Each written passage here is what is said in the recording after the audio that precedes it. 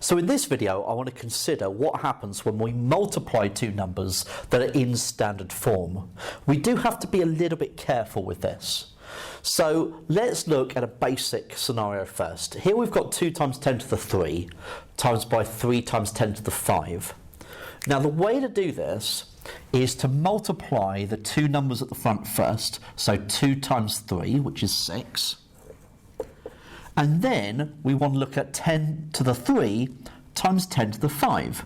So using our indices knowledge, we know that that's going to be 10 to the power of 3 plus 5, so 8. So our answer is 6 times 10 to the 8. And that's fine, that's our answer. Let's look at the second one. Here we have 2 times 10 to the 3. We're now multiplying it by 6 times 10 to the 5. So first of all, multiply the 2 by the 6. So that's going to give us 12. And then we've got 10 to the 3 times 10 to the 5, which is 10 to the 8.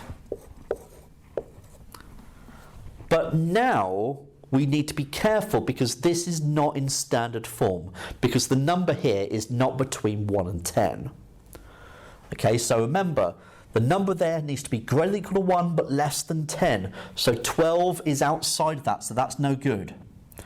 So what I need to do is I need to bring this to be 1.2.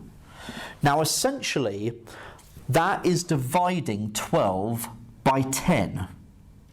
But I can't just divide the number by 10 and write that as times 10 to the 8. That doesn't make sense. Okay, I can't say that 12 times 10 to the 8 is the same as 1.2 times 10 to the 8. That's not true.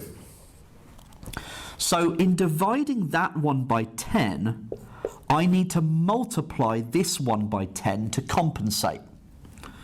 And so this will be 10 to the 9. So it increases in power.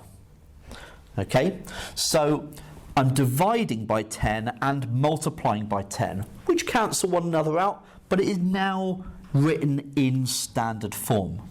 So this is what we need to be clear of and to watch out for when we're dealing with multiplying with standard form.